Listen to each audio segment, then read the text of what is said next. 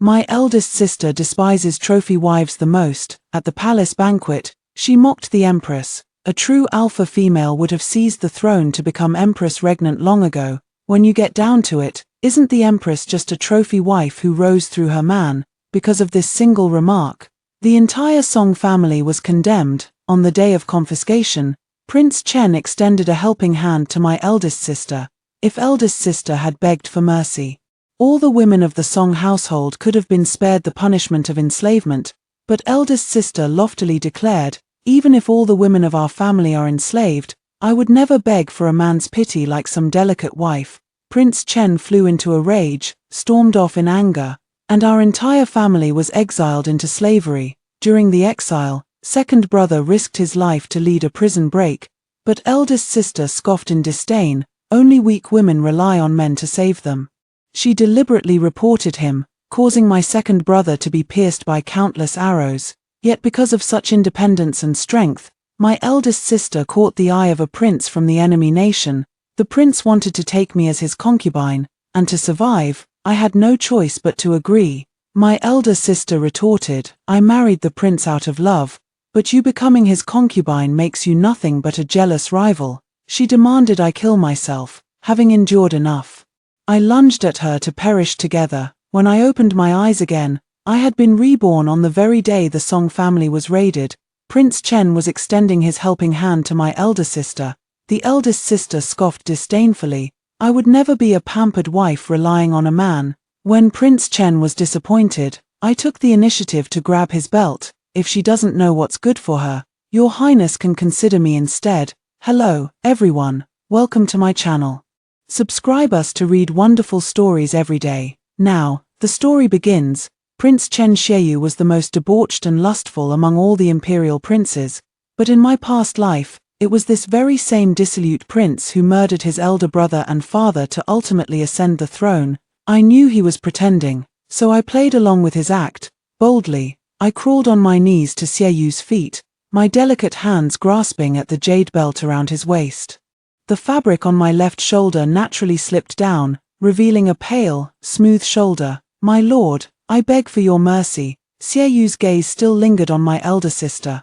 My elder sister Song Huayu was renowned throughout the capital as a great beauty. To live up to his reputation as a libertine, His Highness Prince Chen naturally set his sights on the most beautiful daughter of the Song family. Elder sister noticed his gaze and straightened her posture with pride, declaring righteously, "What I despise most are women who rely on men. Even if the Song family were to be wiped out today, I would never beg for a man's pity. I will never be a delicate wife under your protection." My elder sister hated delicate wives the most. She often taught me that women must be independent and self-reliant, not dependent on anyone. At first, I thought she made perfect sense. In this world, the only person a woman can truly rely on is herself, until she began criticizing her grandmother. What if grandmother supported the entire Song family with her dowry? Wasn't she just throwing herself at men to make them depend on her? She criticized the princess sent for political marriage. If the princess were truly capable, she should have led troops into battle as a heroine, not relied on marriage to play the delicate wife in exchange for peace. 3 days ago, she even criticized the all-powerful empress. A true alpha female would have seized the throne long ago to become empress. Isn't the queen, when it comes down to it, just a delicate wife who rose to power through a man? These words fell upon the empress's ears without missing a single syllable. The emperor was furious and sought to imprison the elder sister for the crime of grave disrespect toward the empress. It was only through the empress's plea that she was spared imprisonment, yet she showed no gratitude for the empress's kindness. The power you wield to pardon me still comes from relying on men, doesn't it? I don't need pity from a docile wife like you. The queen's expression changed abruptly. 3 days later, a royal decree was issued accusing the Song family of treasonous intentions. The men were to be beheaded, while the women were exiled into slavery or prostitution. The Song family met sudden calamity, and the only one who stepped forward to offer aid was Prince Chen. Xiaoyu, in her past life, Xiaoyu had coveted her elder sister's beauty. If you follow me into my residence, the women of your Song family won't have to serve as government slaves or courtesans. It was her elder sister's reckless words that had doomed the entire family. Now, with a chance to make amends, she clung to her pride, refusing to bow her head. Even if all the women of our family become slaves, I won't beg for a man's pity like some delicate wife. Xiaoyu scoffed, flicked his sleeves, and left, thus extinguishing the Song family's last hope of redemption. That winter, the women of the Song family were exiled to the northern lands to become slaves. During the exile journey, the second brother, Song Huaizhang, who had narrowly escaped capture, arrived with 20 sworn brothers to rescue the prisoners. Amid the heavy snowfall, the soldiers escorting the women were already lax in their duties. The second brother launched a surprise attack from the rear of the convoy, silently killing 2 soldiers before rescuing each of the Song women one by one. Everything was going smoothly when suddenly, the eldest sister loudly exposed, "Prison break! Prison break!" The escorting officers quickly reacted, drawing their swords as the 2 sides clashed in combat. Amid the chaos, the elderly grandmother was pierced through the chest by a cold blade while trying to protect the second brother. I urged everyone to flee eastward, but my elder sister deliberately tugged at the shackles. The iron chains on the convicts' feet were all connected, without anyone cutting them. When my elder sister pulled, all the women of the Song family fell into the snow, left to be slaughtered and trampled. In the end, by the time government reinforcements arrived, second brother's men were nearly all dead or wounded, and second brother himself was shot dead by a hail of arrows. Before dying, second brother grabbed my elder sister's sleeve and demanded, Why stop him from saving the whole family?" The eldest sister looked at him with disdain. "Because I don't want to be saved by a man. Women who rely on men to save them are all pampered wives. I would rather have the women of the Song family remain slaves for generations than let them rely on men for salvation." Second brother spat blood in rage, dying with everlasting regret, yet eldest sister coldly shook off his hand with an air of lofty indifference. Among the exiled women, only she and I remained alive. Others were either mistakenly killed in the chaos or perished under the hail of arrows. The officers were about to take us away. At that moment, a hidden arrow from the distance pierced the head of the officer in charge. A man clad in a black fox fur robe emerged from the blizzard astride a fiery steed. "I quite admire what you just said." The man lifted his elder sister's chin with a longbow wrapped in animal fur. "Such strength and fiery spirit, you're worthy to be my woman. This place is near the border, just 10 miles away from the northern barbarian kingdom."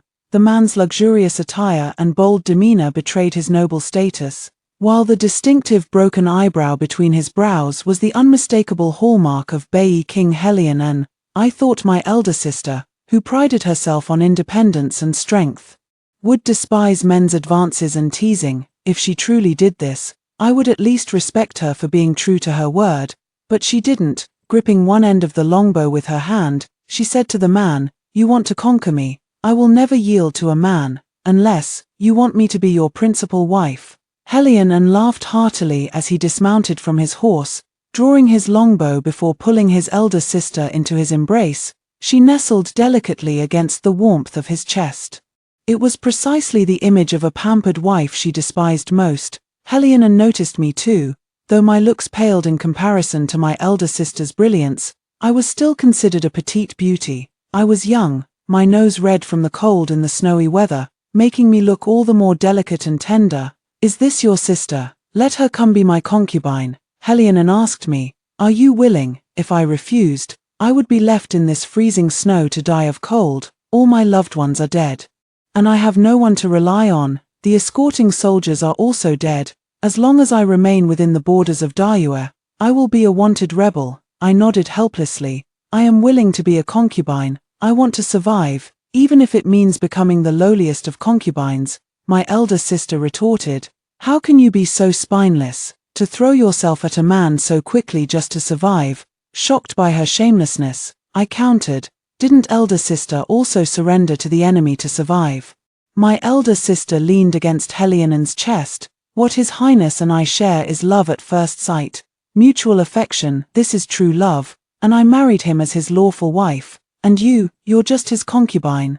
Still dreaming of sharing a husband with me. You're nothing but a trophy wife obsessed with petty competition. Rather than watch you sink deeper into disgrace, you should end your life now to preserve your virtue." With these words, she threw a broken arrow at me.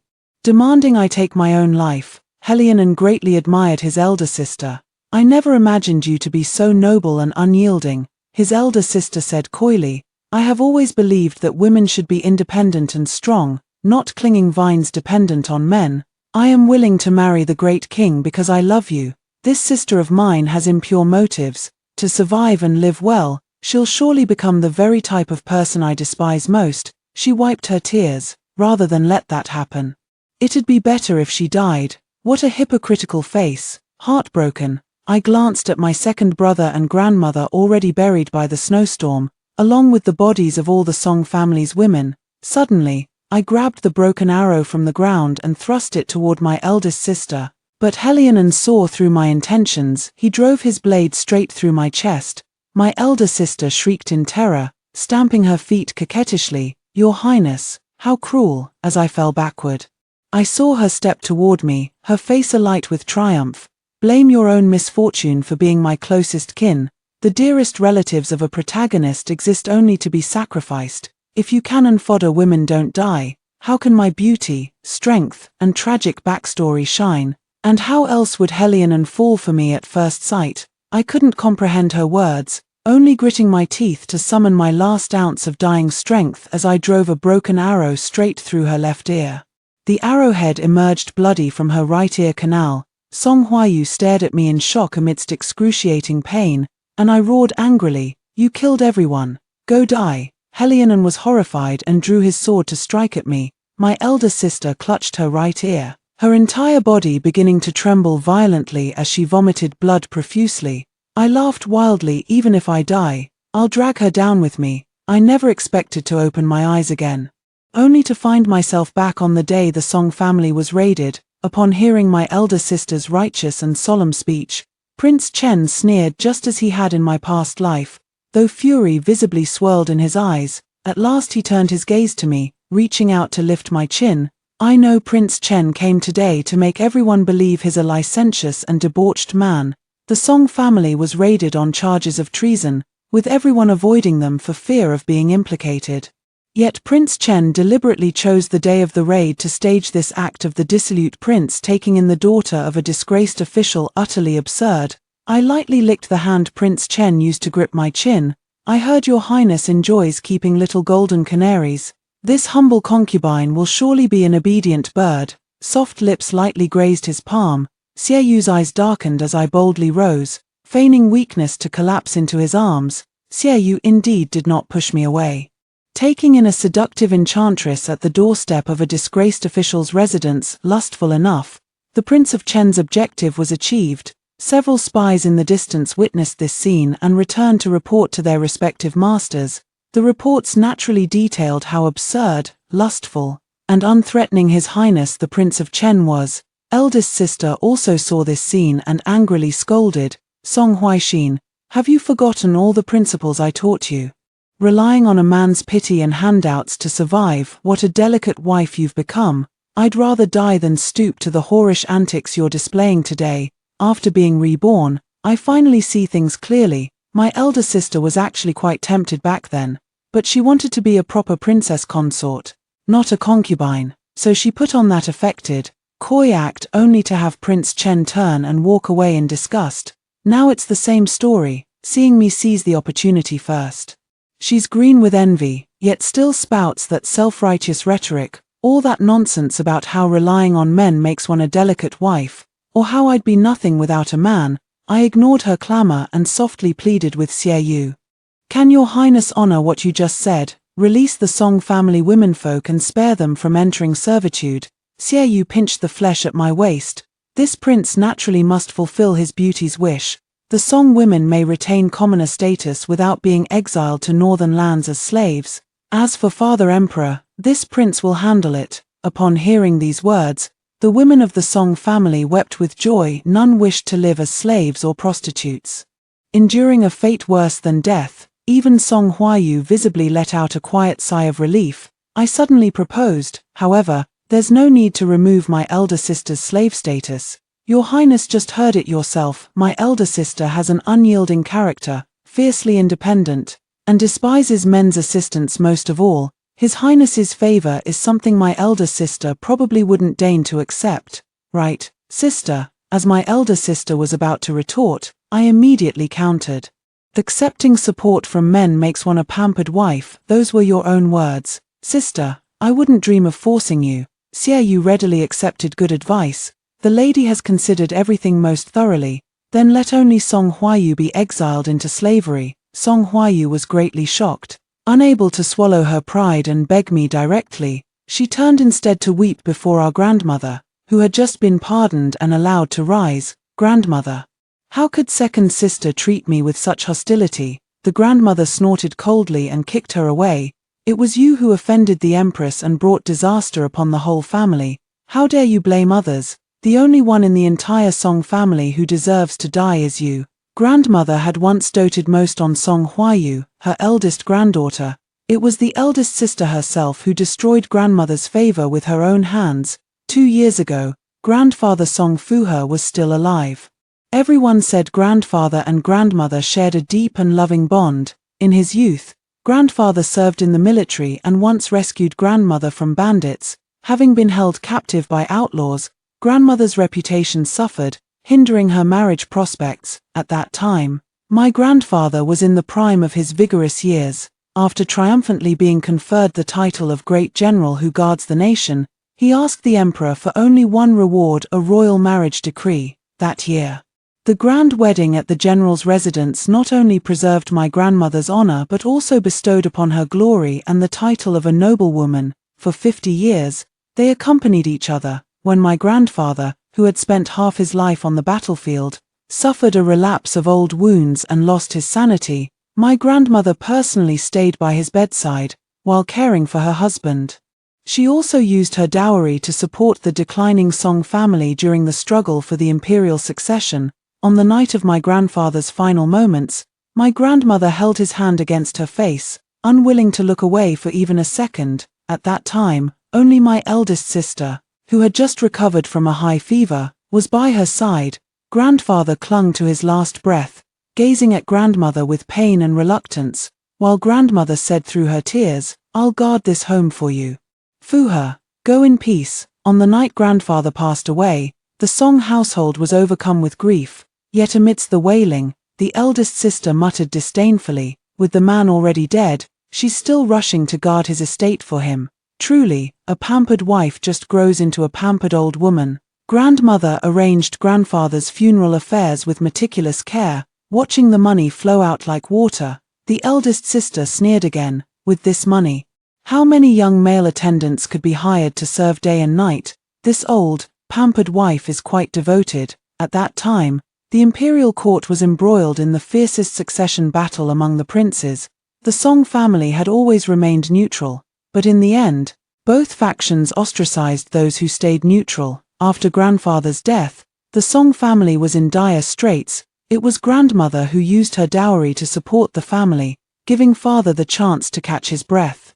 The elder sister sneered, "What's the use of supporting the entire Song family with her dowry? Wasn't she the one who threw herself at men, begging for their attention? Trash will always be trash. A spoiled wife who itches to serve men deserves to be a widow." Later, when their grandmother left her a dowry, the elder sister's eyes lit up with greed, yet she complained, "Grandmother, you should have woken up sooner. Grandfather's funeral must have cost a fortune in gold, didn't it? Spending money on men brings no good outcome, especially when that man is already dead. You should have added all that money to my dowry instead. I'm destined to marry into nobility and rise straight to the clouds." Grandmother's heart turned cold at those words, but out of pity for her recent recovery from serious illness, she let the matter drop. 2 years later, eldest sister offended the empress in the imperial palace, committing a grave mistake that nearly brought death upon the entire family. Eldest sister still wore the expression of someone to whom the entire Song family owed a debt. If it were second brother here today, you would have saved him long ago. To put it bluntly, you just favor men over women. You're sexist. Shut your mouth. Grandmother struck eldest sister on the shoulder with her cane. Furious, ever since your grandfather passed, you've repeatedly spoken out of turn. You pride yourself on being clear-headed, Yet you forget the peace and glory that allow you to be the young mistress of this general's mansion were bought with your grandfather's life on the battlefield. I don't ask for your gratitude or filial piety, yet you can't even show the most basic respect. You offended Her Majesty the Empress in the palace, and though she showed you mercy, you dared to provoke her again and again. Song Huayu, you heartless and unjust wretch. You deserve death 1,000 times over. Grandmother struck her cane forcefully against the ground. You're not even fit to be a slave in my Song family. Get out. The soldiers nearby stepped forward to escort my eldest sister away, seeing that grandmother wouldn't care about her life or death. My eldest sister immediately pleaded with Mother. Mother, I am your flesh and blood. If all the Song family women were to become slaves together, then so be it. Now you're all pardoned. But I'm the only one being sold off. This isn't fair. How could you bear to let your child suffer such hardship?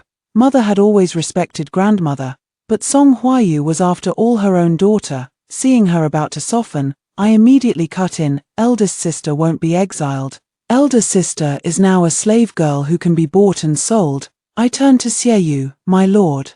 May I purchase a servant to keep by my side? Before my death in my past life, the words Song Huayu spoke to me were utterly bizarre. Phrases like strong female lead, sacrificing family, and beautiful yet tragic, though I couldn't fully comprehend them. I could guess that Song Huayu intended to eliminate all of the Song family's closest relatives to craft her image as a tragic yet independent and resilient heroine. There's nothing wrong with being independent in the face of adversity. But she shouldn't have trampled on the bones of her closest kin. If Mother softens her heart and takes her into the household, the entire Song family might follow the same doomed path as in our previous life.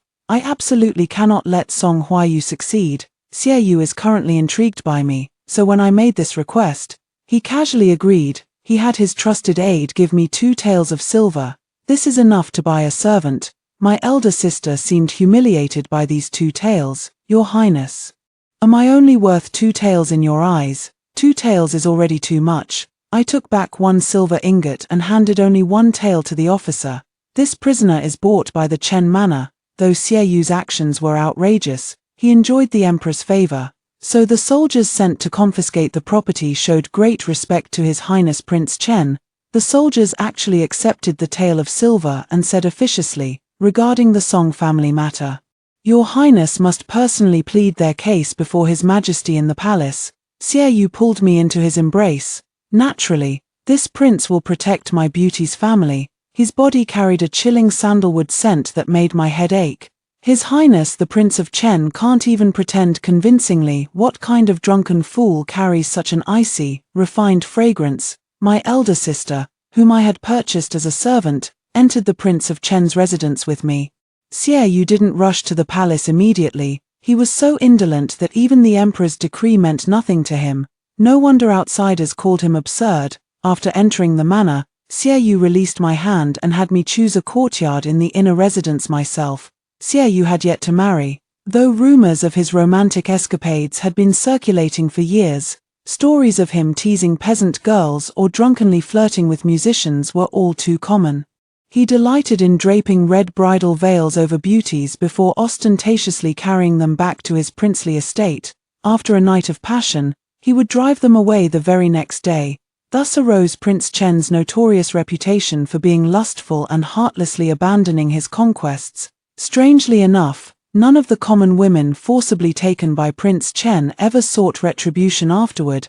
These women were blindfolded when entering his residence. So outsiders never knew exactly who was being carried inside.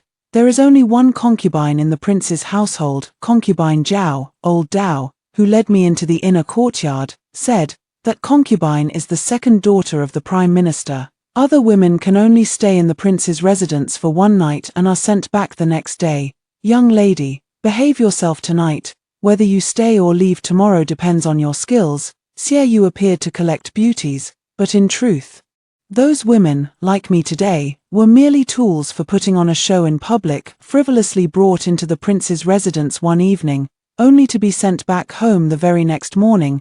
The reason that concubine could stay in the prince's residence was because she came from a powerful family. Now, not only do I lack any family influence, but I'm also a convicted criminal. As Madame Dao said, If I didn't have some special skills, I'd end up just like those other girls sent home the very next day.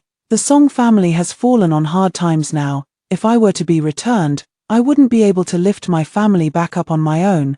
Just as I was feeling uneasy, Song Huayu, who had been following me, sneered. The prince fell in love with me at first sight. Only because I refused did he settle for you as second best. Those women who were used and abandoned before were probably all coquettish foxes like you. She adjusted her hair bun. What men like must be a strong-willed, independent woman like me. How amusing, while preaching about women's independence and strength, she viciously hunts down other helpless women to flaunt her own purity and superiority. Before I could speak, Granny Dao suddenly turned and slapped me. The prince's mansion has strict rules. How dare a lowly servant interrupt their master? The eldest sister covered her swollen right cheek, staring at Dao Momo with fury and disbelief. How dare you hit me? I'm the eldest daughter of the general's manor. My grandfather is the great general who guards the nation. The Song ancestors are enshrined in the imperial ancestral temple. Dao Momo sneered. I heard the eldest daughter of the Song family boasts about not relying on men. Why are you so eager now to bask in the glory of the general's manor? Song Huayu flushed crimson. Choked by these words, she angrily thought to fight back. But two guards immediately twisted her arms behind her back and kicked her knees, forcing her to bend. A freshly bought slave should be sent to the back courtyard for proper discipline. At Madame Dao's command, Song Huayu was dragged away by the two guards. I watched coldly, offering no plea for mercy. My elder sister was furious. Song Huaixin, I'll just wait to see Xie kick you out. Night fell. After bathing and changing clothes, I sat by the bed with my hair down, waiting for 2 hours.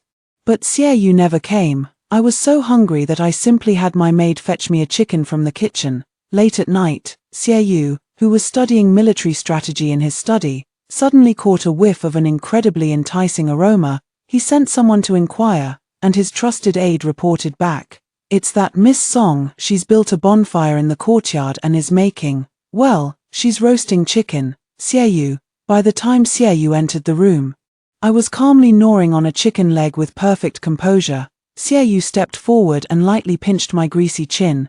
Do you really think this place is your home? Since I've chosen to follow your highness, this prince's manor naturally becomes my home. Aren't you afraid of me? With his notorious reputation, I imagine all those previous girls must have trembled in fear when left alone with Xie.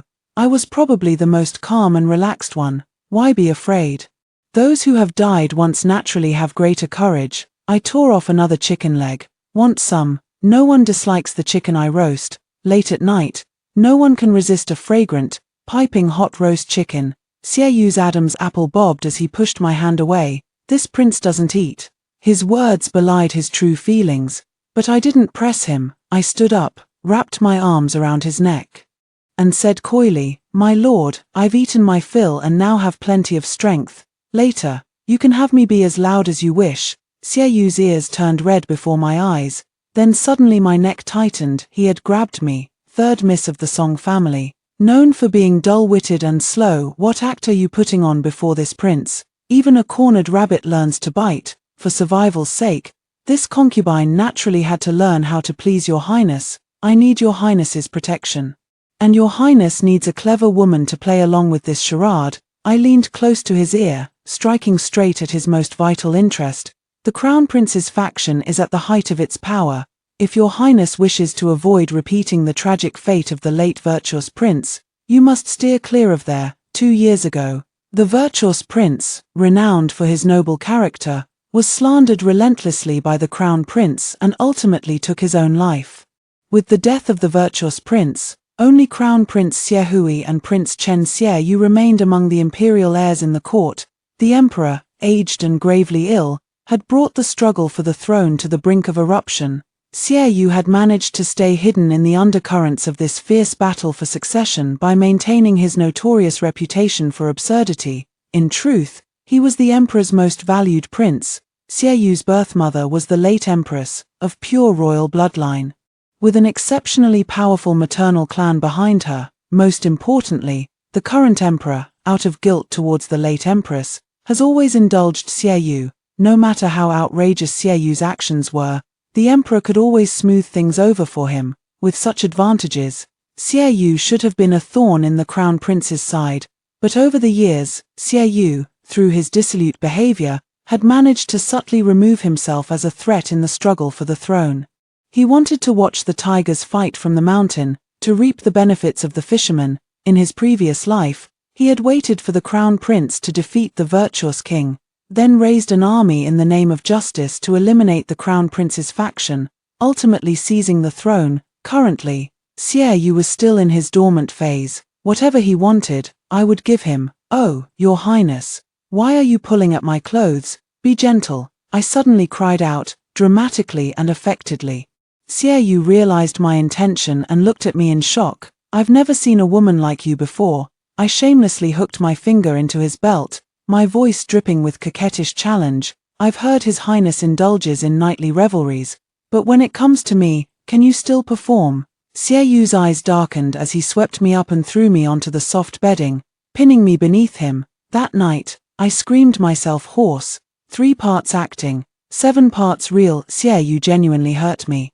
The battle-hardened Prince Chen behaved like an untamed beast, relying solely on brute force. Outside the door, Nanny Dao couldn't help covering her ears as she whispered to the 2 maids standing guard with her, "Why is His Highness getting serious tonight?" The 2 young maids' faces flushed red as they listened. Early the next morning, in the midst of exhausted slumber, I suddenly felt a trickle of sweet spring water flow into my mouth. I jolted awake to find Xie Yu holding a teacup, giving me water. "So it was just water after all?" Xie Yu asked. "Why do you look so terrified? What did you think it was?" "Nothing, I just scared myself." I got up, grabbed the water glass, and took a large, awkward gulp. Xie Yu got out of bed. At this hour, he should be heading to court.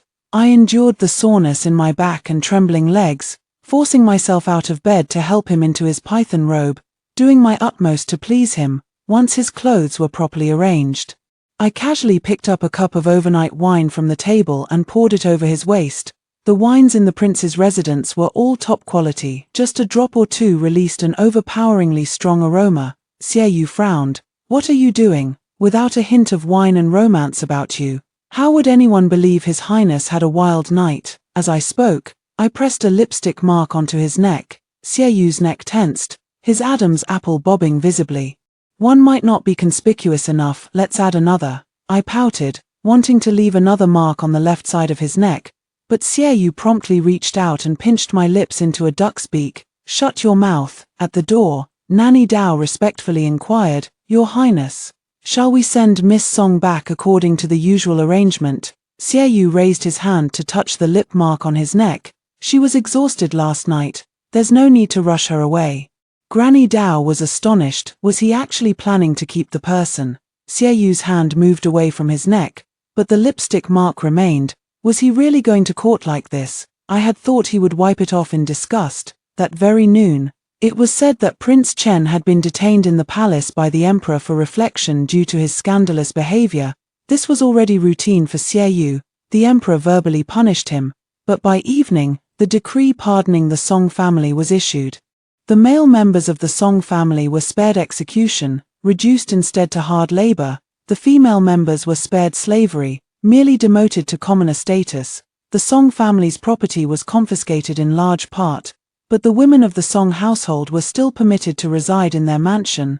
Compared to the previous life's complete confiscation and extermination of the clan, this was already a favorable outcome. That night, a secret letter was delivered from the Prince Chen's residence to the Crown Prince's residence, which read, after Xie Yu returned from his palace-imposed reflection, he went straight to Yudao Garden and frolicked with the Song family women.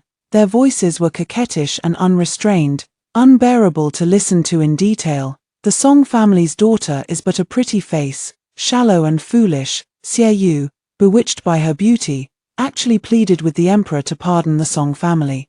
The emperor was furious at his lack of ambition. Upon hearing the secret message, the crown prince reached out and kicked the black chess piece off the board. Wine and women are the ruin of a man's mind. It seems Xie Yu is not to be feared. Early the next morning, as Song Huayu was released from discipline in the backyard, she happened to see a group of maids carrying all kinds of fine silks, satins, and rare treasures toward my Yudao courtyard. I toyed with the luminous pearl, glanced at Song Huayu, now dressed in maid's attire, and smiled. Elder sister, see, haven't I just one favor? My elder sister gnashed her teeth. Without men, you're nothing. Had I not personally witnessed her previous life, how she cozied up to Helion and with that sycophantic tenderness after causing her entire family's demise, I might have actually been fooled by this righteous and imposing facade of hers.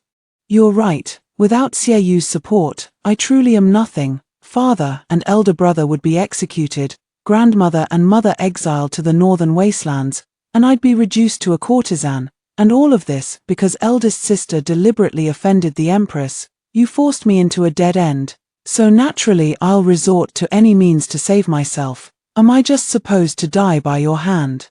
A woman's independence and self-reliance don't conflict with going with the flow and appropriately leveraging others' strength to rise. Xieyou was a crown prince who hid his capabilities well. His future was ascending the throne as emperor. By clinging to him, I could not only escape the fate of slavery but also rescue the women of the Song family from their dire plight. Benefiting myself while helping others, why wouldn't I seize such an opportunity, with the right wind to ride? Xieyou became the most favorable force in this lifetime to help me overturn my destiny. Elder sister seems so resentful. I doubt you'd sincerely serve as my servant. Perhaps it's better to assign you to laundry duty in the rear courtyard. You said you wanted to rely on yourself, didn't you? Then let your sister see how you'll turn the tables in such adversity. As long as she remains under my watch, she won't be able to stir up the same storm as in her past life. Song Huayu, however, smiled. Did you really think I'd let you have your way with me? She suddenly bowed toward the rock garden. We welcome the arrival of the consort. A beautifully dressed noblewoman emerged from the rockery. Zhao Rongjuan, the prince of Chen's concubine and second daughter of the prime minister. My elder sister approached concubine Zhao's side. Last night, when I fled from the rear courtyard, it was her ladyship who saved me. We talked heart to heart throughout the night. And her ladyship took pity on me. She has accepted me as her first-rank maid. I quite admire this girl's manner and conduct. Concubine Zhao looked at me. You must be the newly arrived, Miss Song. Correct, I bowed respectfully. And consort Zhao said, I am His Highness's rightfully recognized consort. And you, Miss Song, though you've received His Highness's favor, you don't even have the status of a concubine. You're not even considered a chambermaid, by protocol.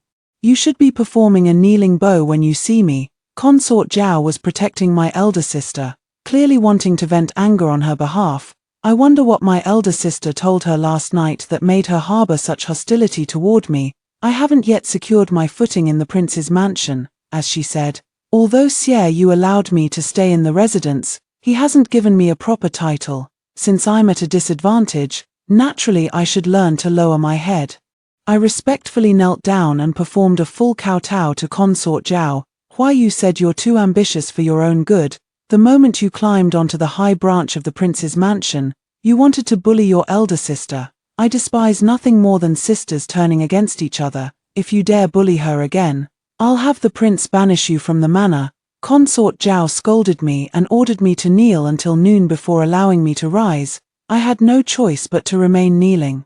After the consort left, my elder sister stepped forward, planted her foot on my hand, and smiled triumphantly. Heartkeeper, this round I still win. 3 days later, the Song family's male servants, now reduced to laborious, were paraded through the streets by the authorities. The streets were packed with onlookers. After all, the Song family had once flourished. The world loves to watch others build their towers, but loves even more to watch those towers crumble. Xieyou permitted me to leave the residence today to see them off. I stood on the street watching as shackles were placed upon my father, from imprisonment to exile. His hair had turned mostly white. My youngest brother, not yet 10, walked beside our father, his tender neck bearing a kang heavier than himself. My heart aches for them, and I know all too well that if the men of the Song family cannot clear their names, I too will suffer the consequences, forever unable to rise again. Eldest sister was also squeezed into the crowd watching this scene, her eyes filled with nothing but cold indifference and disdain. In the corner behind her, I caught sight of a familiar figure. It was second brother, who had been fleeing in hiding. when the Song family was convicted, second brother happened to be away from the capital and narrowly escaped disaster. In his previous life, second brother arrived too late to save the Song family's men from execution. So he could only lead his men to intercept the convoy transporting the Song women to imprisonment. Seeing he hadn't brought any men with him today, I guessed he wasn't planning to intercept the prisoners in the capital. The only one he wanted to save now was our eldest sister, who had fallen into slavery. Before he could act, I rushed forward and restrained him. The moment second brother saw it was me, he dragged me into the alley and confronted me furiously. I heard that day you could have saved elder sister, but deliberately let her be enslaved to humiliate her. Is that true? I didn't deny it, it's true. I intentionally had her reduced to slave status.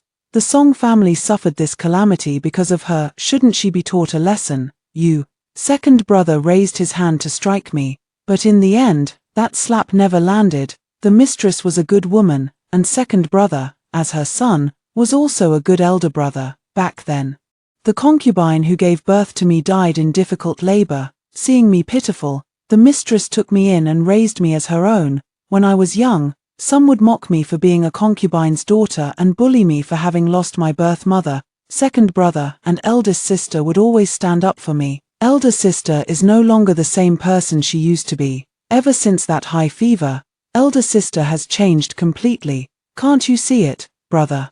The sister from before was gentle and kind, nothing like the harsh and selfish person she is now. She mocked grandmother after grandfather's death and openly defied authority at the palace banquet. Such behavior would have been unthinkable for the refined lady she once was. What do you mean? Could big sister have been replaced by someone else? I said gravely. Second brother, do you believe that people can return from death and go back to change their fate? Second brother reached out to feel my forehead, thinking I must be delirious with fever too. The me from before would never have believed it either. But isn't the current me precisely someone who's been reborn? There is rebirth in this world. And there is also possession. I am almost certain that my sister has been possessed by an evil person. The soul now inhabiting eldest sister's body is a hypocritical, selfish demon from another world, who preaches benevolence and morality while scheming to ruin the entire Song family, all for her own rise to power. If eldest brother doesn't believe me, see for yourself. I dragged second brother back into the crowd. Eldest sister stood blocking the path of the exiled procession. Sister, fourth brother, thinking eldest sister had come to rescue him, couldn't resist moving closer. The eldest sister took a step back to avoid his approach, leaving the fourth brother frozen in place. My child Huayu. As soon as father began to speak, the eldest sister straightened her neck and retorted sharply, "Who's your child? I've come today to have both the officials and commoners bear witness. Song Huayu has never relied on men, and naturally refuses to be dragged down by these men." She flung a sheet of paper at her father. "This is the severance letter. From today onward, I, Song Huayu, have nothing more to do with the Song family. Whether the Song family falls into ruin or rises again someday, none of it concerns Song Huayu. Without relying on family or men, I, Song Huayu, will carve out my own destiny." Someone in the crowd clapped and said, "Since ancient times, only heroines have such courage and lofty aspirations." Second brother stared in shock at the person before him. There was indeed not a trace left of eldest sister's former self. He completely abandoned any thought of saving eldest sister and asked me in despair what we should do. If the Song family wishes to turn things around, we must achieve a great merit to atone for our crimes. In 2 days, Princess Jiaohua, who married into a foreign land, will return to Darky for a family visit. In her previous life, the princess's youngest son was trampled to death by an elephant at the autumn hunting grounds, leaving the princess heartbroken. In this life, if someone could timely stop the elephant and save the young prince, it would undoubtedly be a great deed. Second brother, you wait for the opportune moment at the autumn hunting grounds, I declared with conviction. 10 days from now, at the autumn hunting grounds, that will be our chance to distinguish ourselves and turn our fortunes around. As expected, many events in this lifetime coincided perfectly with those from my previous life. 8 days later, Princess Jiaohua, who had been married off to the northern barbarians, did indeed return to Darky for a visit, bringing along her 4-year-old prince. Returning with her was Helian An, the king of the northern barbarians, in my past life, after my death, my soul did not completely dissipate. I witnessed with my own eyes how my elder sister, after joining Helion and murdered his original wife, Princess Jiaohua. The homecoming procession was grand. With music and fanfare that startled the entire imperial city, dressed in maid's attire, my eldest sister blended into the crowd, her eyes fixed unblinkingly on the northern barbarian king astride his fire-maned steed. My sister aspired to be the heroine of this world, and Helion was the male lead she'd anchored her hopes on, the one who could elevate her to greatness. Like me, she pinned her hopes on a reversal of fortune. Only, my hopes rested on Princess Jiaohua. Her hopes rested entirely on the man named Helion, and 2 days later, news of the autumn hunt indeed arrived from the palace. As a prince, Xiaoyu would inevitably participate. Consort Zhao, being the only titled woman in Prince Chen's household, would naturally accompany him. These days, the capital is abuzz with talk of Xiaoyu's favoritism towards the disgraced daughter of the Song family. To live up to these infamous rumors, Xiaoyu naturally kept me by his side. The autumn hunting grounds were located in the northern outskirts of the imperial city, with vast stretches of royal gardens. Towering trees stood tall, and wild beasts lurked faintly visible among the woods. To add to the festivities, the northern barbarians presented a massive beast cage. Inside the cage was a formidable tusked elephant. The expressions of all the Great Qi people present changed. 5 years ago, Great Qi suffered a crushing defeat in the Battle of Beishui. Precisely at the hands of the northern barbarians' elephants. The northern barbarians used elephants as weapons of war, and a trained elephant could trample 3 soldiers to death with a single step on the battlefield. After the defeat that year, the imperial family had no choice but to send Princess Jiaohua to marry the enemy in exchange for peace. 5 years later, though the Darky Kingdom's strength had improved enough to barely rival the northern barbarians, the sight of elephants remained a shadow over everyone's hearts. The emperor's expression darkened as well. Helion arrogantly challenged, "I've heard the Great Qi has produced many fierce warriors these years. I wonder who among them can tame our northern Yi elephants on this autumn hunting field." Before the Great Qi imperial family could respond, Princess Jiaohua suddenly turned her gaze toward Song Huayu standing beside Consort Zhao. Within just a few days, the eldest sister had become a trusted maid by the consort's side, accompanying her into the autumn hunting grounds. "So you're Song Huayu, eldest daughter of the Song family."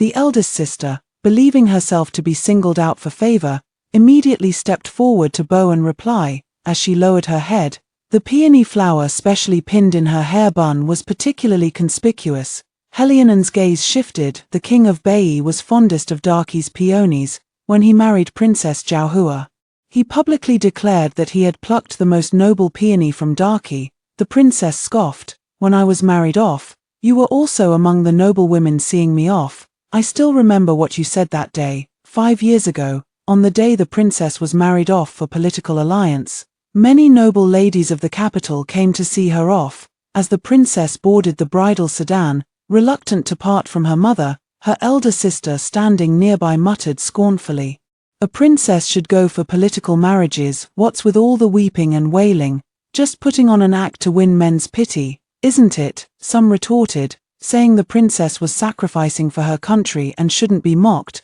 My elder sister retorted, full of righteous indignation, "Marrying a man is no heroism. If the princess were truly capable, she should lead an army to battle and be a heroine, not rely on a marriage alliance to be a pampered wife in exchange for peace." Back then, the princess had no time to argue with her. Today, seeing my elder sister, the princess recalled this old grudge. "Your mocking words from that day still remain fresh in my memory to this very moment. Over these years, though I've been in the northern barbarian lands, I've still heard many rumors about the eldest daughter of the Song family. They say the Song family's eldest daughter is unconventional, completely different from ordinary women of the inner chambers. They praise your fierce independence, bearing the spirit of a heroine." The princess glanced at Helion and, even the northern barbarian king, upon hearing of your reputation, greatly admired you, day and night longing to come to Darky to meet such an extraordinary woman. This was the reason for Song Huayu's flamboyant behavior all these years. She constantly spoke of not relying on men and criticized other women as pampered wives. In this era, very few women would brand themselves in such a way. Song Huayu's reputation spread far and wide, even into Northern Yi territory, and the king of Northern Yi indeed became interested in her. Her goal was achieved. In her previous life, the king of Northern Yi, upon hearing of her exile, specifically came to the border to rescue her. In this lifetime, my elder sister wasn't exiled to the borderlands. So the northern barbarian king specially came to Darky under the pretext of accompanying the princess for her home visit, just to see this remarkable woman with his own eyes. Yet my sister focused entirely on the princess's words about how the northern barbarian king admired her. She couldn't help but glance toward the northern barbarian king. When their gazes met, the corner of his mouth lifted, clearly showing his interest in her. This servant has severed ties with the disgraced Song family. Though still registered as a bondservant, I now possess an unsullied reputation, she said with lofty pride. Though a slave, I will never submit to fate. She was so eager to sever ties with the guilty Song family in order to present herself with an innocent identity, hoping that Helianan, who was accompanying the princess back to Darky for a visit, would take notice of her. She gazed expectantly at Helianan, waiting for him to ask the Emperor of Darky for her hand, before Helianan could speak. Princess Zhaohua interjected, Song Huayu, since you are so self-reliant and independent, you shall represent Darky and tame this elephant. The eldest sister froze. What did your highness say? Princess Zhaohua smiled and said, aren't you supposed to be an extraordinary woman? Don't you pride yourself on being a heroine among women? Let this princess see if you truly have what it takes. I stared at Princess Zhaohua in shock. The princess of the past had been cheerful and lively, never one to make things difficult for others. After 5 years of political marriage, she had been worn down to dull-eyed exhaustion, and seemed no longer willing to tolerate those who had once hurt her. No one in the Darky royal family interfered with the princess. In their eyes, Song Huayu was merely a plaything from the servant class. If he could amuse the princess, it was his good fortune. The elephant had already been moved to the beast arena, and Song Huayu was dragged away by the soldiers. Panicked, she didn't beg the princess for mercy but instead cried out to Helianan, Your Majesty, save me, I'll be trampled to death by the elephant. Helianan was unsatisfied with her plea for mercy. This prince also wishes to know whether a remarkable woman like you possesses true capability. If you emerge alive from the beast arena, I shall take you as my concubine. Song Huayu was thrown into the beast arena. The beast arena was located in a sunken low slope within the autumn hunting grounds. The elephant was being released from its iron cage. In its previous life, this very elephant had accidentally trampled the princess's youngest son to death. Upon seeing Song Huayu, the elephant immediately charged at her with bloodshot eyes. Song Huayu turned pale with fright, fleeing while screaming for help, the bow and arrows in her hands proving utterly useless. Princess Zhaohua watched with great amusement. Shoot it dead with your arrow, wasn't that what you said? If a woman is truly capable, she should go to battle and kill the enemy, become a heroine. You're so good at lecturing others, why don't you show this princess whether you can actually do it yourself? The elephant's shrill cries echoed from the beast arena below. The elder sister collapsed in terror against the wall, her skirt, to the shock of all present, drenched with urine. Helianan furrowed his brows. Princess Zhaohua, however, burst into mad laughter. Trash, even worse trash than this princess. As the elephant raised its foreleg, about to trample down upon the elder sister's body, I grabbed my bow and arrows and charged down the low slope, shooting an arrow straight through the elephant's right eye. The eyes of any living creature are both the most vulnerable and closest to the gate of life. With its eye wounded, the highly aggressive elephant indeed lost all coordination. Spinning wildly in place within the beast arena, I raised my longbow and shot another arrow into the elephant's right foreleg, causing it to immediately stagger and collapse. Everything happened too suddenly. Those around the beast arena hadn't even reacted yet. A sudden burst of applause rang out. Following the sound, I saw the first person to rise and clap for me. Xiaoyu, bravo, now that's what I call heroic grace. Princess Zhaohua also clapped her hands. Her gaze toward me filled with even deeper admiration than Xiaoyu's. With the two of them setting the tone, the assembled dignitaries and nobles followed suit. applauding and cheering for me. I held the bow and arrow, outwardly composed but inwardly turbulent with emotion. I was relieved that my gamble had paid off. After today's performance, not only Xie Yu but even Princess Jiaohua would view me in a new light. But what pains me more, I look at Song Huaiyu, still paralyzed with fear in the corner. Who wet himself from terror. This archery skill of mine was first taught to me by my elder sister when I was 5. Her archery and courage far surpassed mine. But today, she was so frightened she couldn't even steady her bow. Such timidity and cowardice, this could never be my sister. I was certain. The elder sister before me was no longer the one I once knew, so when dealing with her, I needn't hold back in the slightest. Xie Yu reached out to me, signaling for me to leave the beast arena.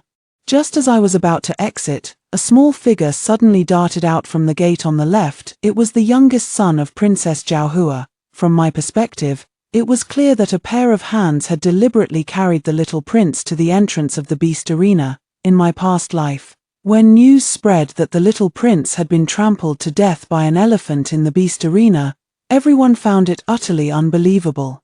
The beast arena was heavily guarded. How could they possibly fail to protect a little prince under everyone's watchful eyes? The only possibility, someone deliberately wanted the princess to lose her child. By the time everyone realized what was happening, the little prince had already toddled into the center of the arena, shaking a rattle drum. At that moment, the elephant that had fallen to the ground suddenly rose with blood-red eyes. Crimson eyes fixed on the small child as the beast's snarl echoed once more, its razor-sharp fangs charging straight toward the little prince. The princess screamed, "My son!" I rushed forward, scooping up the young prince and shielding him beneath me, only to catch a glimpse of my elder sister scrambling to her feet and fleeing the beast pit in panic. The elephant closed in, the stench of the beast's drool already dripping onto my back. I clenched my eyes shut, thinking to myself that success or failure hinged on this very moment. Sure enough, the excruciating pain never came. When I opened my eyes and turned around, I saw a warrior leap onto the elephant's back, plunging a dagger through its right eye before snapping those terrifying tusks barehanded. And this warrior was none other than my second brother, whom I'd secretly stationed in the hunting grounds earlier. The elephant was completely tamed in second brother's hands.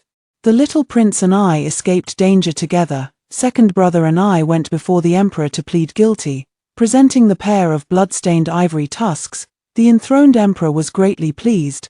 The elephant was a symbol of national prestige for the Northern Yi Kingdom, and Helianen's gift of this elephant as a homecoming present carried clear undertones of provocation and intimidation. But now, this very elephant was being pinned to the ground and beaten by warriors of the Great Qi. Its formidable tusks, its most aggressive weapons, ruthlessly torn out. This was nothing short of mounting Helianen's head and slapping the face of the entire Northern Yi Kingdom. Naturally, the emperor was delighted. My second brother, catching my meaningful glance, presented not only the ivory but also a blood-written petition pleading for the Song family's innocence. He fervently declared his loyalty. 3 generations of the Song family have served with utmost devotion, never harboring treasonous thoughts. If Song Huaiyu offended Her Majesty the Empress that day, it was certainly not the family's teaching. "We beg your Majesty to see the truth." With a heavy thud, my second brother kowtowed deeply. The emperor, currently in high spirits from his dragon's vigor, chose not to pursue his crime of being a fugitive. After reading the blood-written plea, in order to showcase his wisdom and benevolence before the northern barbarian king, he immediately granted amnesty to the Song family and promoted Song Huaizhang to the rank of 3rd-grade cavalry general. My eldest sister, both shocked and overjoyed, stepped forward and grabbed Song Huaizhang's sleeve. "Second brother, quickly ask the emperor to remove my slave status." Song Huaizhang shook off her hand. Eldest sister severed ties with the Song family long ago, now that the Song family is redeeming its crimes with merit. "What right does an outsider like you have to share in the glory?" Second brother had always favored eldest sister the most. Even though eldest sister had done many outrageous things over the past 5 years, second brother was always willing to cover for her, just like in their past life. Second brother had risked his life to rescue eldest sister by breaking her out of prison. But in this lifetime, second brother had finally come to his senses. Only Song Huaiyu was left shattered.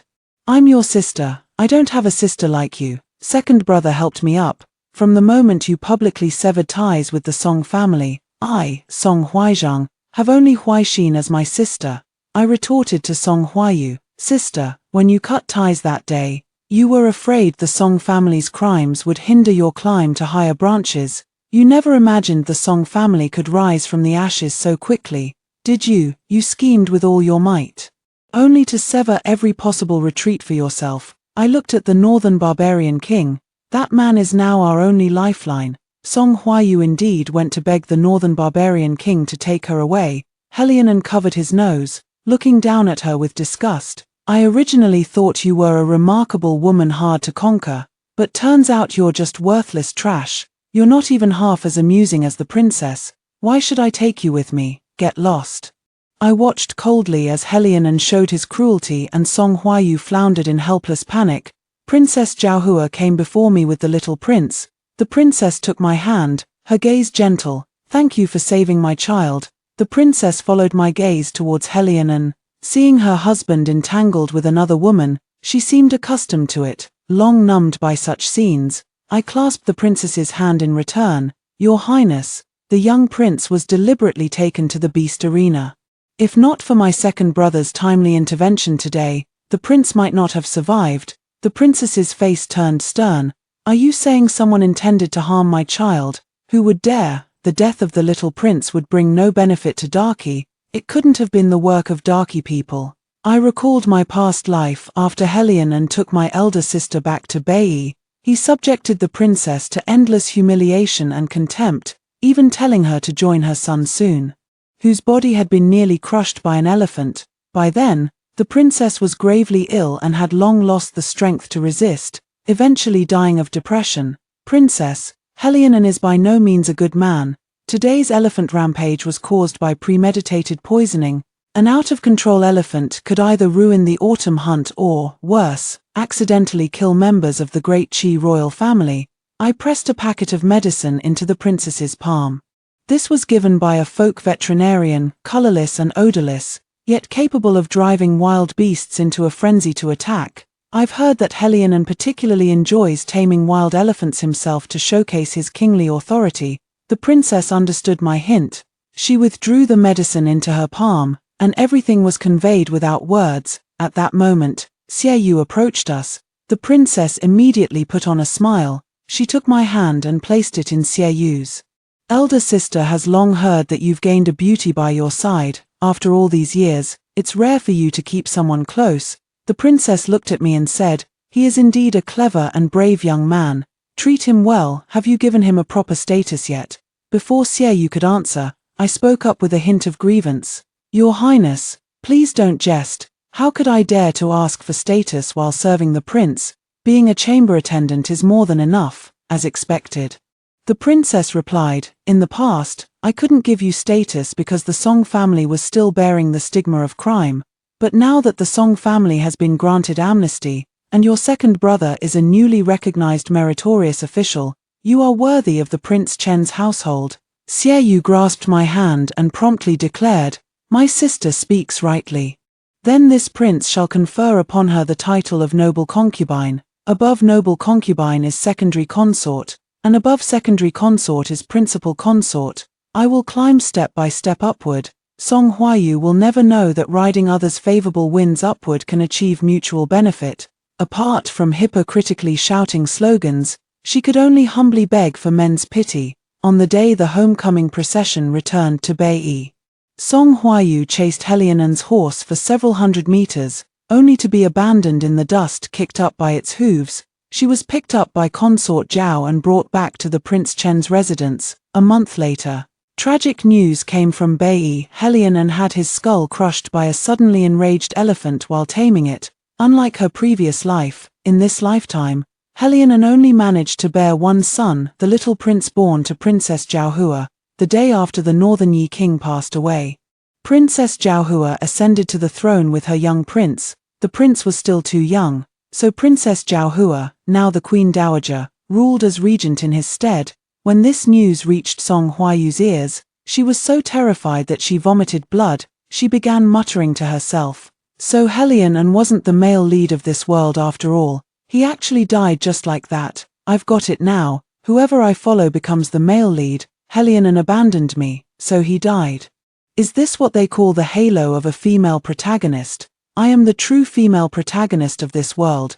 Those cannon fodders outside aren't worth fearing. Not worth fearing at all. Now in this world, the most noble person, the only one worthy of me, is Crown Prince Xiehui. She adjusted her maid's bun with determination and declared, if I can't be the queen of the northern barbarians, then I'll be the crown princess of Darky, after the autumn hunt. Song Huayu became the laughingstock of the princely estate. However, Consort Zhao forbade the servants from mocking Song Huayu and continued to shelter her in the estate, summoning physicians to treat her illness. When I went to see my elder sister, Consort Zhao stopped me outside the room. Huayu was once my close friend in the inner chambers. Even if she's fallen on hard times, you shouldn't kick her when she's down. Life is already difficult enough for women by nature. 4 blood sisters to fight to the death, don't you find that absurd? Zhao Rongjuan genuinely wished to protect her sister in distress. I bowed respectfully to her and cautioned, Your Highness, you mustn't rely solely on my sister's account of matters. I too once trusted her unconditionally, only to meet with a tragic end. Though Your Highness is kind-hearted and willing to aid your companions, you must still discern people's true intentions. Preconceived biases are difficult to alter. And Zhao Rongjuan paid no heed to my warnings. Seeing Song Huayu delirious with illness, she feared I might agitate her further and forbade me from setting foot in her Bright Moon Pavilion again. When I was expelled from the Haoyue Pavilion, I happened to run into Xieyu returning from court.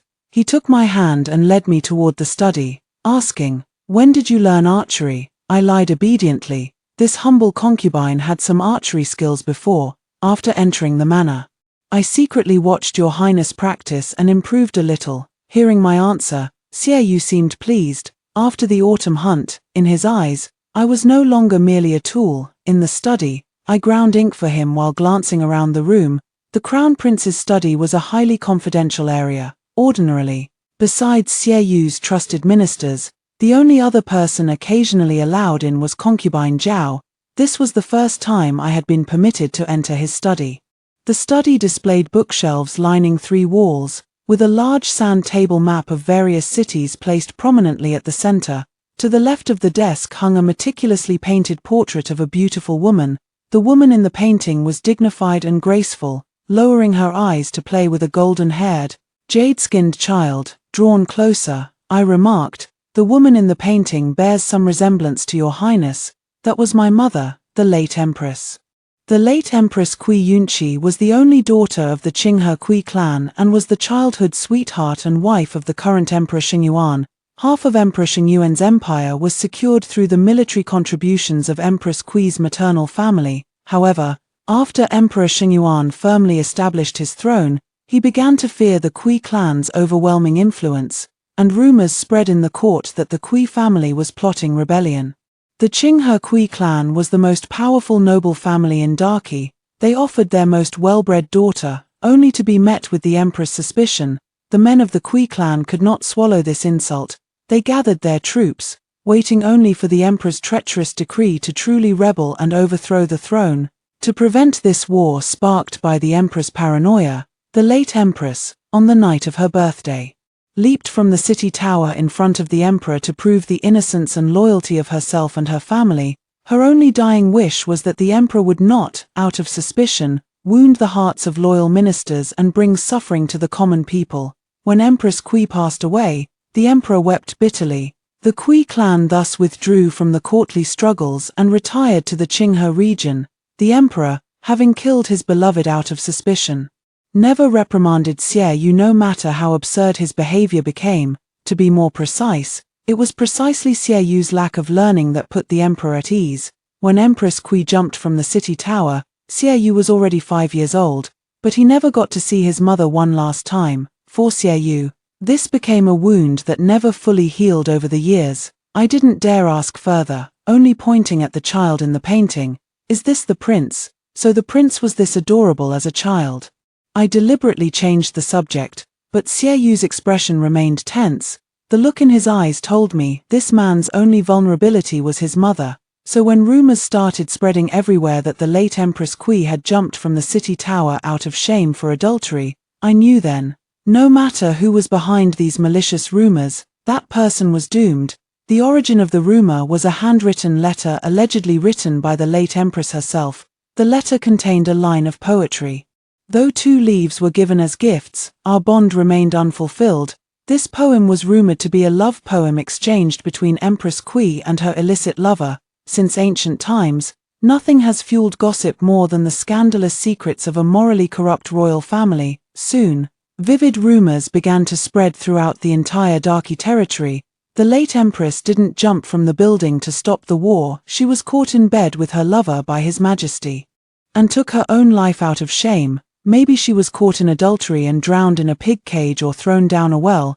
They just told everyone she jumped from the city tower. That was the Emperor's way of saving face for her. Who's the adulterer? At most, they're just guards, imperial physicians, or former court officials. Could they possibly be eunuchs without their manhood? Ha ha ha. Those old ministers of the Kui family who had been loyal followers of Empress Kui during her lifetime, young and old alike, were all suspected of being the late Empress's illicit lovers. Overnight, Empress Kui became the subject of everyone's after-dinner gossip, openly mocked by all. And all of this was tacitly permitted by the palace. At the mansion, I heard that the Emperor, upon reading that love letter, flew into a rage in the imperial study. He even sent people to thoroughly investigate Empress Kui's former bedchamber, vowing to uncover traces of the adulterer. That day, Xie Yu didn't return to the prince's residence until dusk. I waited for him at the gate, stepping forward to greet him, when suddenly he seized me by the throat. His eyes burned with fury as he demanded, "Is it you?" All of Empress Kui's calligraphy works were collected by Xie Yu in his study. His study was off-limits to ordinary people during this period. The only variable was, he took me into his study. He doubted me, his grip growing tighter. My birth mother also left me. I understand your highness's pain. I would never hurt you with such matters. I feared Xie Yu in this moment and desperately tried to explain myself. Xie Yu kept staring into my eyes, those deep, aggressive eyes that made it impossible for anyone to lie under their gaze. Only when my tears welled up did he finally release his grip. I staggered unsteadily against the wall, clutching my neck as I coughed in pain. At that moment, Nanny Dao came rushing over in a panic. "Your Highness, something terrible has happened. That Song Huayu by the side consort's side has disappeared." The matter was quickly clarified. The person who sneaked into the prince's study and stole the late Empress's letter was none other than my eldest sister. Concubine Zhao occasionally sends pastries to Xie Yu's study. Song Huayu is now Concubine Zhao's personal maid. So naturally she accompanies her. Chancellor Zhao belongs to Xie Yu's faction, and Concubine Zhao has been in the residence for many years. In her previous life, after Xie Yu ascended the throne, Concubine Zhao was directly elevated to the rank of noble consort. This shows that Xie Yu did not hinder Zhao Rongjuan, and Zhao Rongjuan, in turn, did not hinder Song Huayu, who was by her side. The late Empress's death anniversary was approaching, and these past few days, Xie Yu had been organizing Empress Kui's calligraphy and paintings from her lifetime. That afternoon, the eldest sister seized the opportunity and stole the most ambiguous letter. Then, under the pretext that Consort Zhao wanted pastries from West Street, she was sent out to buy them, thus slipping past the strict gates of the princely residence. With the letter hidden in her bosom, Song Huayu knocked on the gates of the Crown Prince's residence late into the night. As the Crown Prince's guards drew their swords, Song Huayu presented the letter written in Empress Kui's own hand, swearing to the Crown Prince, "I have spent many days in Prince Chen's residence, and I dare to report to your Majesty that before her death, Empress Kui was exchanging letters with her lover. She committed adultery, which is why she took her own life out of shame back then. Does your Highness the Crown Prince truly believe Prince Chen is just a frivolous and incompetent playboy?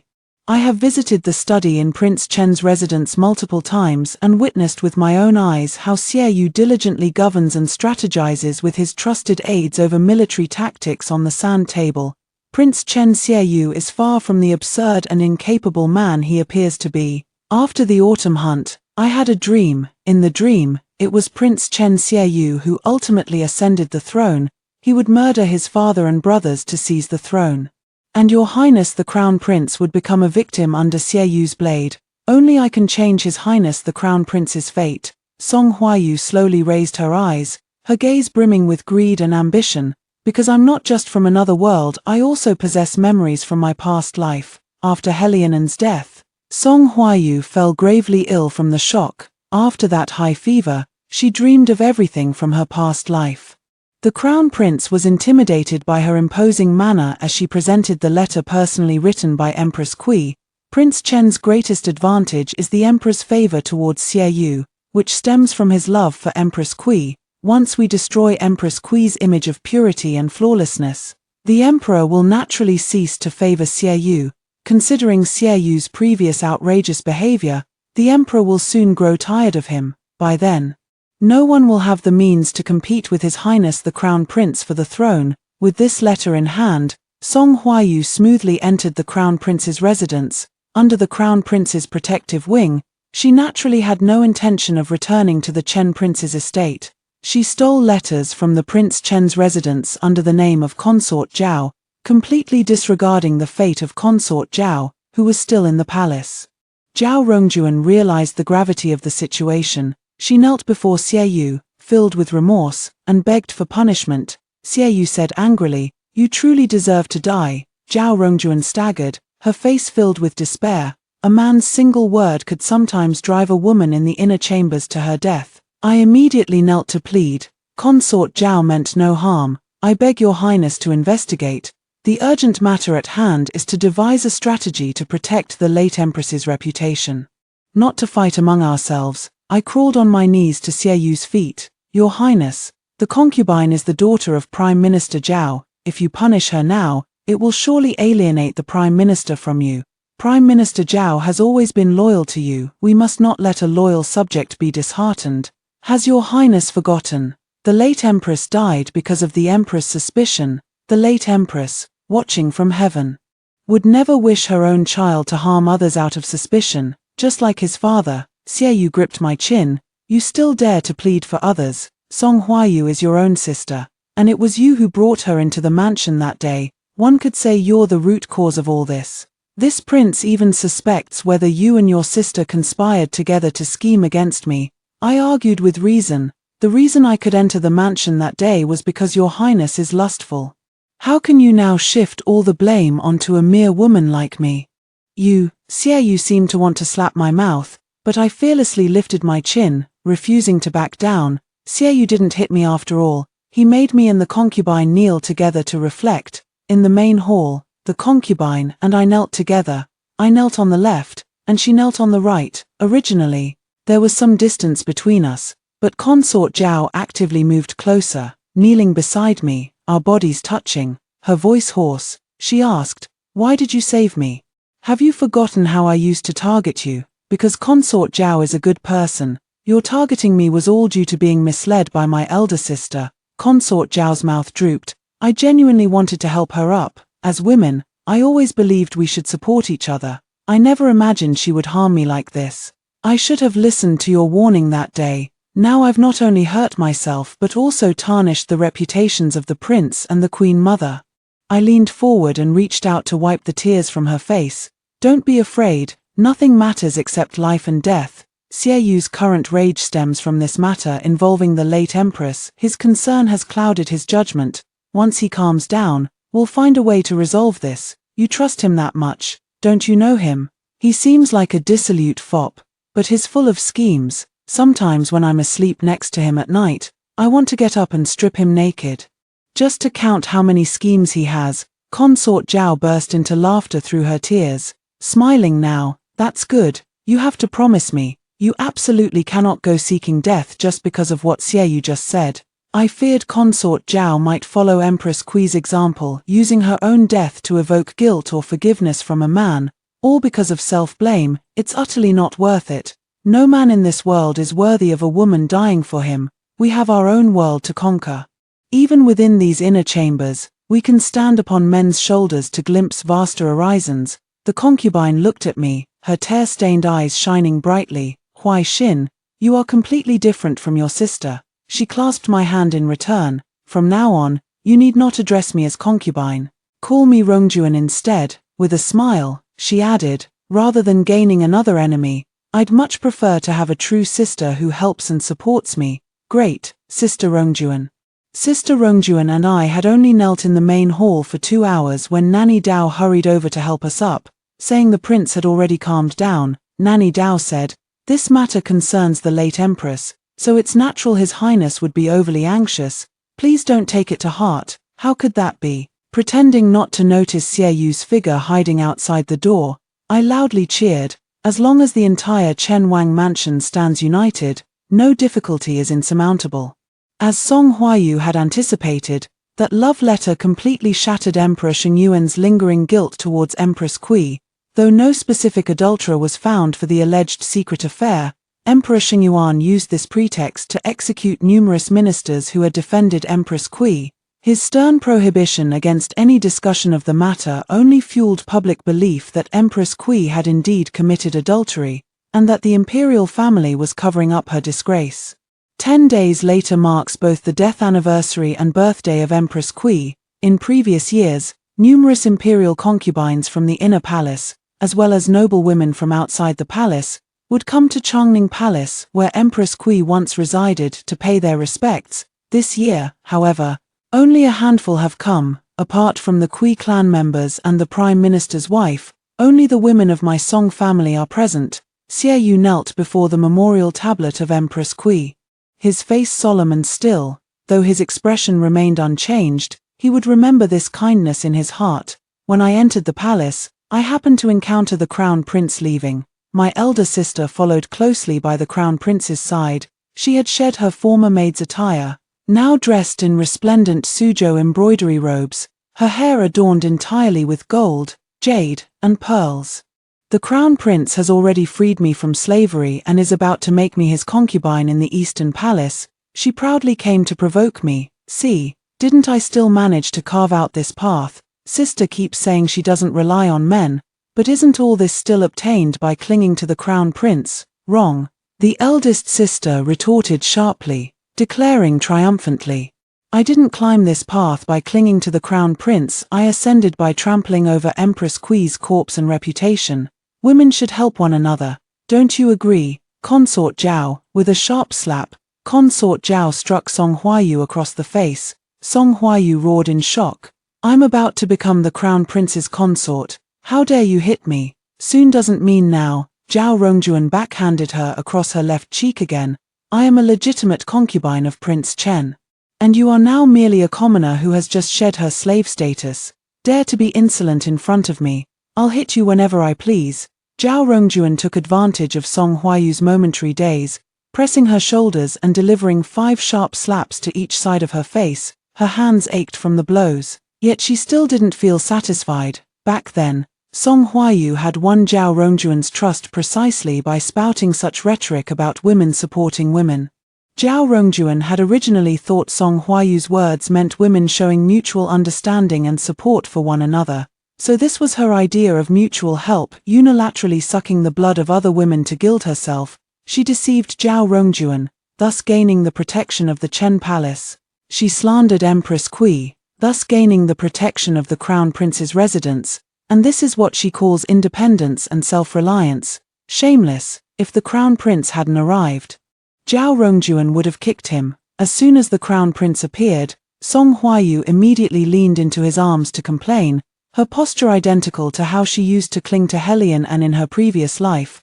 This was, after all, in the imperial palace, and the Crown Prince had no intention of escalating the matter. Moreover, he now holds all the advantages. Both Zhao Rongjuan and I are from the Prince Chen's household. The more furious and distraught we appear, the more it proves that Xie Yu has been struck where it truly hurts this time. The Crown Prince pulled Song Huayu into an embrace. Why bother arguing with those who are soon to die? In his eyes, Xie Yu's days are numbered, and both Zhao Rongjuan and I will meet a tragic end as the Prince Chen's household declines. But in my eyes, those truly living on borrowed time were the Crown Prince and my elder sister. I had thought that no matter how turbulent the undercurrents, at least on the anniversary of Empress Kui's death, all parties would temporarily cease their hostilities and maintain some semblance of dignity. The upheaval occurred late at night. A fire of unknown origin engulfed Chungning Palace.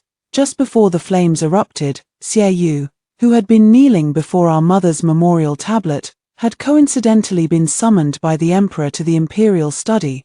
By the time he arrived at Chungning Palace, the fire had already engulfed the entire structure. And the eunuchs and palace maids couldn't put it out in time. Mother, mother, Xie Yu immediately wanted to rush inside. Empress Kui's memorial tablet was still in Chungning Palace. 5 or 6 guards stopped him. Your Highness, the fire is too intense, it's dangerous. The guards couldn't stop Xie Yu until a sharp rebuke rang out from behind. You are not allowed to go in, you must not come to harm. Xie Yu turned toward the voice and saw it was Emperor Shengyuan's current empress consort, Empress Shen. Empress Shen had risen step by step from imperial merchant to her current position, holding the commercial lifelines of the great Qi Empire in her hands. She had provided livelihoods for the majority of its people. Empress Shen had no children of her own, yet she firmly held her position as the empress. Xie Yu treated her with utmost respect. Such a woman was criticized by her elder sister as a pampered wife. Empress Shen swiftly stepped forward and soberly admonished Xie Yu. This fire isn't aimed at Sister Kui, it's aimed at you. Xie Yu calmed down, his rare moment of vulnerability showing as his voice choked with emotion. Mother Empress, my mother's memorial tablet is still inside. At that moment, Zhao Rongjuan rushed forward. Your Highness, Sister Huaixin just ran into the fire, she hasn't come out yet, what did you say? Xie Yu's composure shattered completely. Not even Empress Shen could stop him now. He grabbed a basin of water and doused himself with it, throwing all caution to the wind as he prepared to charge into the flames. At that moment, a slender figure emerged from the flames, hunched over as if shielding something in her arms. The fire licked at her heels relentlessly, yet she never loosened her grip on whatever she was holding, struggling desperately to escape. Gradually, Xie Yu recognized her face. It was Song Huaixin, the very woman who had angered him earlier and dared to talk back. Clutched tightly against her chest was the ancestral tablet of Empress Kui. My foot stumbled, and I nearly fell into the fire, but a pair of hands caught me just in time. The next moment, I was pulled into a warm, firm embrace. A torrent of furious accusations rained down. Song Huaixin, have you lost your mind? You could have been burned alive, Your Highness.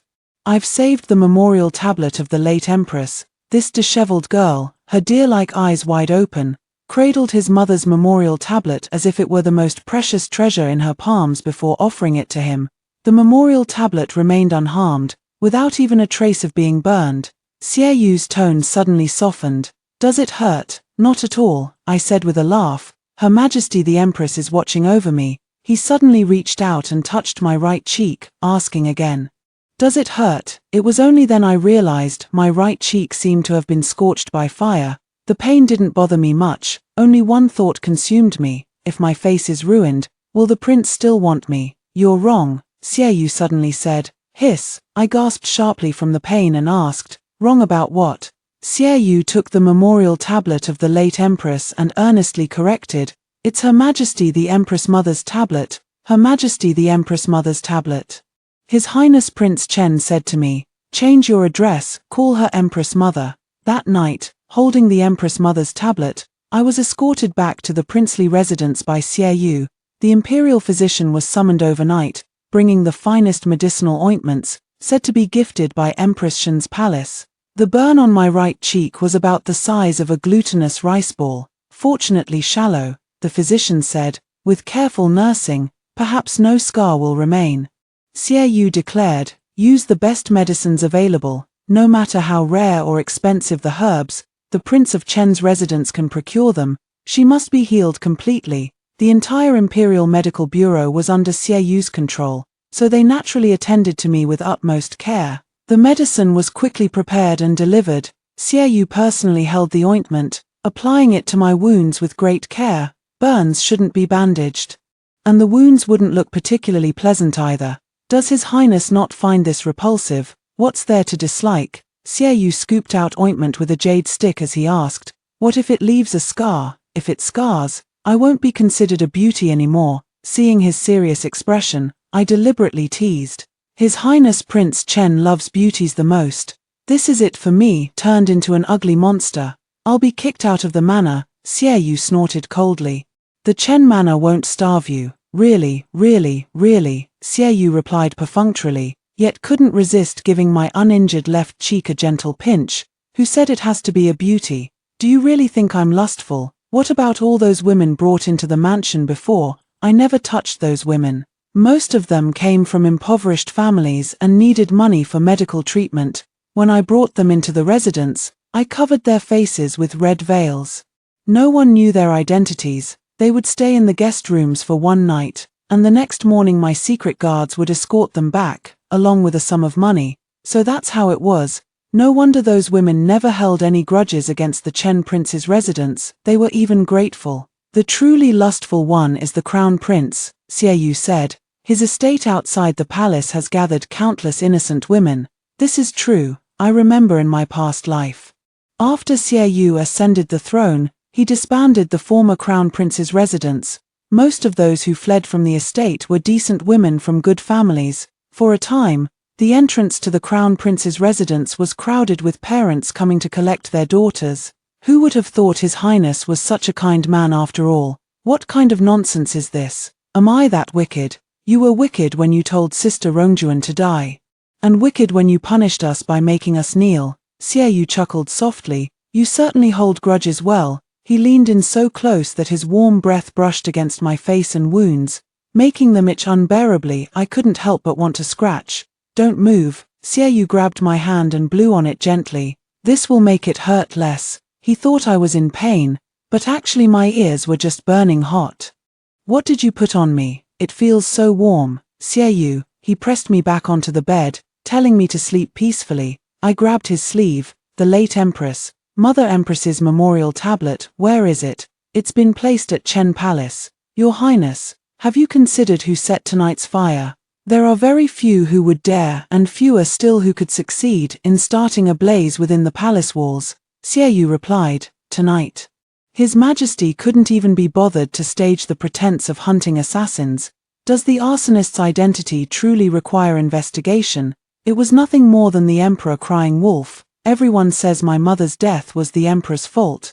Xiaoyu didn't have much father-son affection for Emperor Xingyuan, but I hoped he could be more ruthless, so I reminded him, the Emperor has lived most of his life burdened by such accusations and guilt in his heart. He actually wishes someone would come forward and declare to the world that Empress Kui committed suicide because of her own wrongdoing, and that he is still a wise and mighty emperor.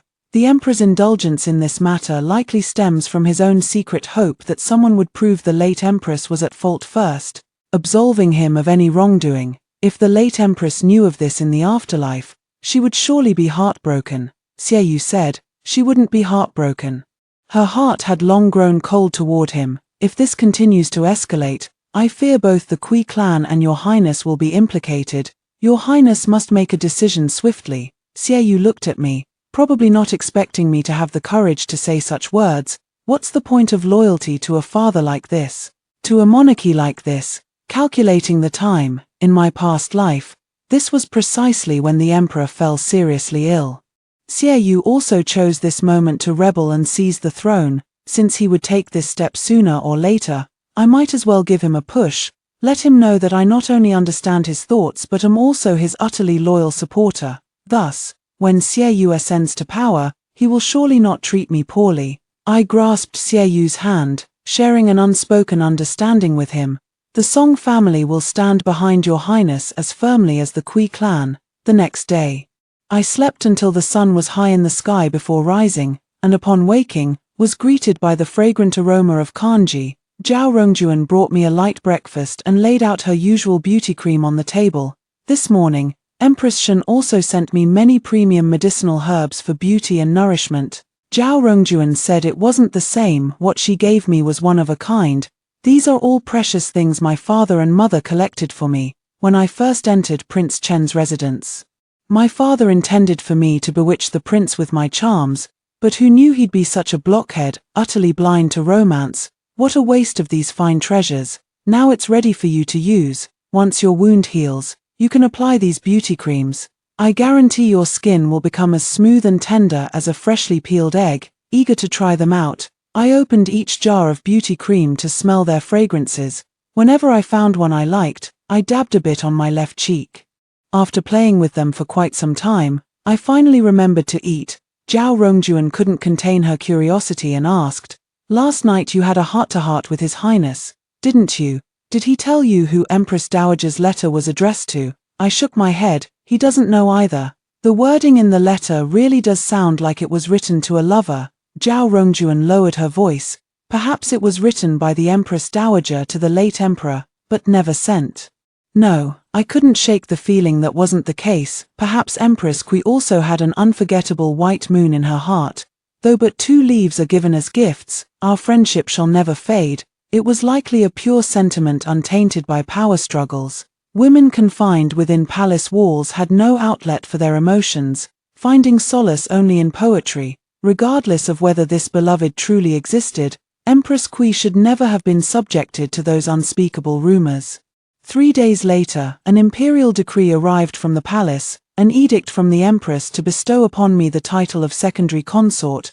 The Song family had been cleared of all charges, and under my persuasion, my second brother had pledged allegiance to Prince Chen's faction. The Song family, which had been in decline for many years, now showed signs of resurgence. With this, I also had the background of a military family, making me worthy of being a secondary consort in a prince's manor.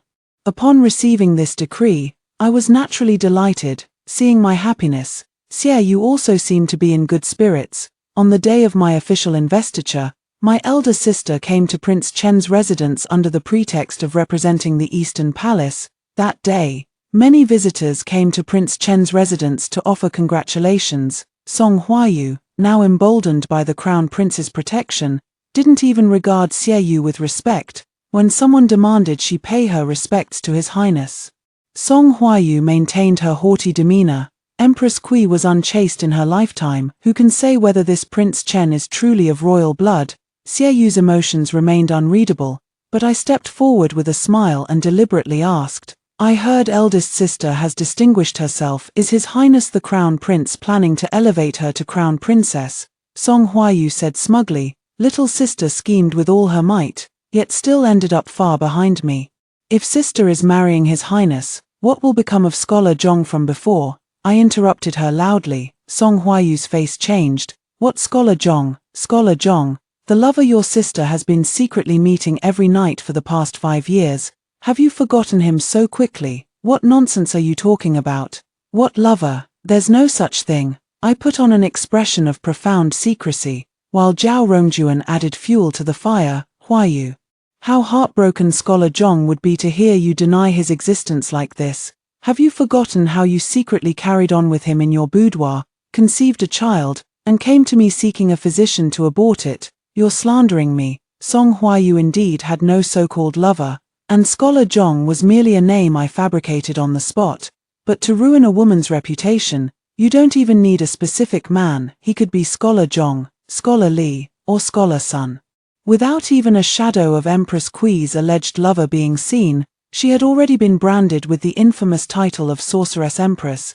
Today I'm merely giving them a taste of their own medicine. The surrounding guests began whispering among themselves, "This eldest Song daughter keeps preaching about independence and self-reliance. Yet in private she's still throwing herself at men. Doesn't that mean the Crown Prince is picking up someone else's cast-offs?" These venomous words all poured into my elder sister's ears, and she finally understood how cruel words can chill one to the bone even in midsummer. Don't listen to her nonsense. These are all slanders. Slanders. Slanders about what? I interrupted. I'm your own sister. Grew up with you. No one knows better than me which man you've been spending your nights with these past 5 years. Zhao Rongjuan also stepped forward without batting an eye and said, "Huayu, before I got married, I was your closest confidant. I know all about your private affairs better than anyone. Are you suggesting that I, the daughter of a prime minister and a prince's concubine, would slander you? Our Zhao family has strict moral teachings. We would never casually tarnish a woman's virtue. You did it, so why won't you admit it? How heartbroken your dear Zhong must be." Coming from Zhao Rongjuan of the scholarly Zhao family, these words carried immense credibility. The surrounding guests almost instantly chose to believe us. convinced that Song Huayu had secretly been involved with another man. Song Huayu stepped closer to me, gnashing her teeth as she demanded, "You claim I have a lover. Fine. Bring that scholar Zhong here, let's confront him face to face." With crescent moon eyes and an innocent tone, I whispered by her ear, "There is no scholar Zhong. A single venomous tongue can ruin your reputation. Dear sister, why so shocked?" Meeting Song Huayu's furious gaze, I smiled and countered, "Isn't this exactly how you slandered Empress Kui, sister? My sister is just applying what she's learned. What, now that the knife is in your own flesh, you finally feel the pain?" My few words turned Song Huayu's face ashen. Her eyes were streaked with blood, and she almost reached out to strangle me. But Xie Yu and Zhao Rongjuan were both by my side. She didn't dare. "Oh, your Royal Highness." I suddenly looked past Song Huayu's shoulder and shouted toward the door, "Your Highness the Crown Prince. When did you arrive?" "Oh no. You didn't hear all about my elder sister's dirty little secrets, did you?" Song Huayu whirled around abruptly and indeed saw the Crown Prince standing there with an extremely unpleasant expression.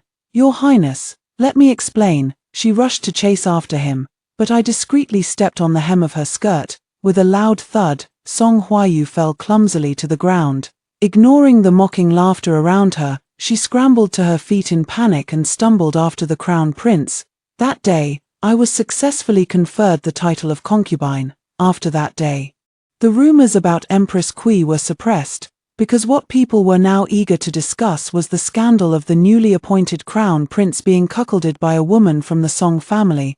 As long as Emperor Xingyuan remained on the throne, Empress Kui's reputation could not be restored. In that case, why not use one rumor to cover up another?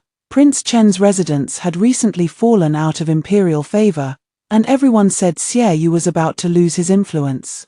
His notorious reputation preceded him, and now he had lost Empress Kui's protective charm. Several court officials who had once firmly stood in his camp had secretly defected to the Eastern Palace. Xie Yu remarked that this was actually a good thing, without lifting a finger. Those with divided loyalties had revealed themselves. Logically, with the East Palace in its prime, my elder sister's life should have been quite comfortable. However, when I met her at the tea house, her face was etched with fatigue, and her attire was not as ostentatious and opulent as before. I heard that the Crown Prince had postponed their wedding. My elder sister is now in the Crown Prince's residence, just as I was when I first entered the Prince Chen's manor, without proper status or title, lacking any identity or official position. It's clear those rumors had hit her hard, yet when she saw me, she still put on that haughty air and sneered, "So what if you've been made a concubine? You're just a man's plaything beneath the sheets." To put it bluntly, everything you have today depends entirely on Xie Yu. The day Xie Yu dies, you'll be worse off than a beggar on the streets. I'm different. She adjusted her hair bun. The Crown Prince praised me, calling me his female Zhuge Liang. It was entirely through my schemes that Xie Hui ascended to the position of Crown Prince. Had I not given him that idea with the letter in hand? How could Emperor Xingyuan have directly named him heir apparent?